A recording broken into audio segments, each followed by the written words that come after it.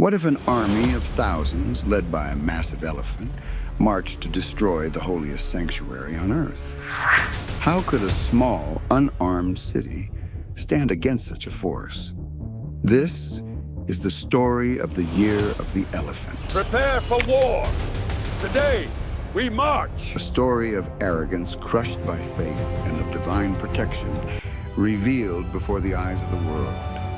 Long before the rise of Islam, the Kaaba stood in Makkah as the spiritual center of Arabia.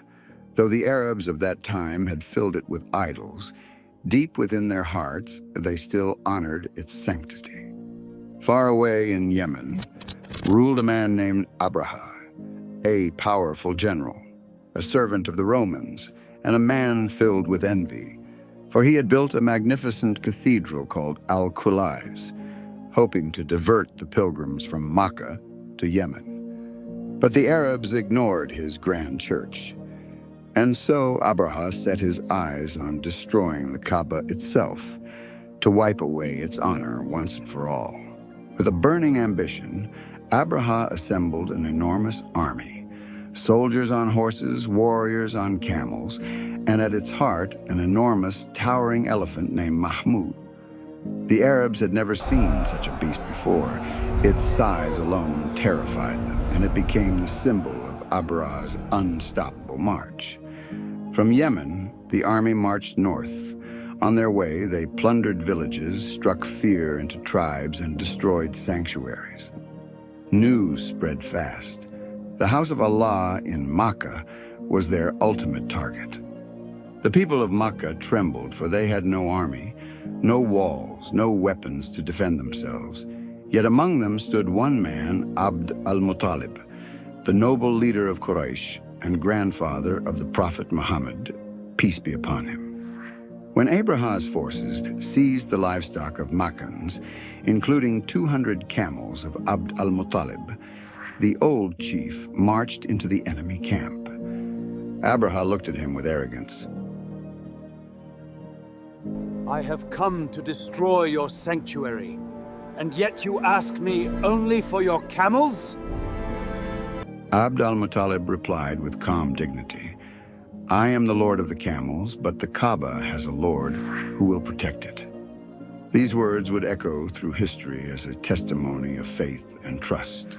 As dawn approached, the people of Makkah, following Abd al-Muttalib's advice, abandoned their homes and took refuge in the surrounding mountains. They gazed down upon the Kaaba, their hearts trembling, waiting for its fate. Then came the moment. Abraha's generals ordered the great elephant forward. Forward, Mahmud! But Mahmud refused to move. They struck you him. stubborn They beast. pulled By the him. gods! They turned him to Pull face harder! south, east, or west, and he walked. But whenever Get they up! turned him toward the Rise! Kaaba, he dropped to his knees and would not rise. Then the sky darkened with flocks of small birds, Ababil. Each tiny creature carried 3 small stones of baked clay, 1 in its beak and 2 in its claws. Suddenly, like a storm, they dropped their stones upon the army. One by one, soldiers fell. Their armor was no protection, their numbers meaningless. Each stone struck with a force no human hand could deliver.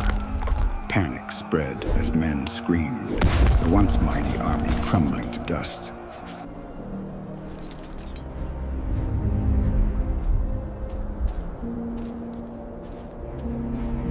And he sent upon them birds in flocks, striking them with stones of hard clay, and he made them like eaten straw. Surah Al-Fil. The arrogant army of Abraha was shattered, not by swords or spears, but by the will of Allah alone. When the dust settled, the valley of Makkah lay silent. Abraha himself was struck and fled, his body wasting away as he returned to Yemen, where he died in disgrace. His army, once so mighty, had been reduced to nothing. From the mountains, the Quraysh descended, their hearts filled with awe. They had witnessed a miracle with their own eyes. The Kaaba stood untouched, preserved by the Lord of the worlds. And so the year became known as Am al-Fil, the year of the elephant. A year unlike any other, for just weeks later in this very city, a child was born who would change the course of human history. Muhammad ibn Abdullah, peace be upon him. This was no coincidence. Allah had shown a sign that his house was under his protection, and soon his final messenger would rise from the same soil. Surah Al-Fil remains a reminder of this truth, that no power, no matter how great, can overcome the will of Allah. My dear brothers and sisters, I sincerely hope you enjoyed this video. This is the very first upload on this channel, and with your support, we can grow together, inshallah. If you found this story inspiring, please subscribe to the channel and share it with others, so more people can benefit from the treasures of our Islamic history. My goal is to bring you authentic, high-quality stories from the Quran and Hadith in the best way possible. I'd love to hear your thoughts. Drop a comment with your feedback, suggestions, or simply send a salam. Until next time, Assalamu alaikum wa rahmatullah.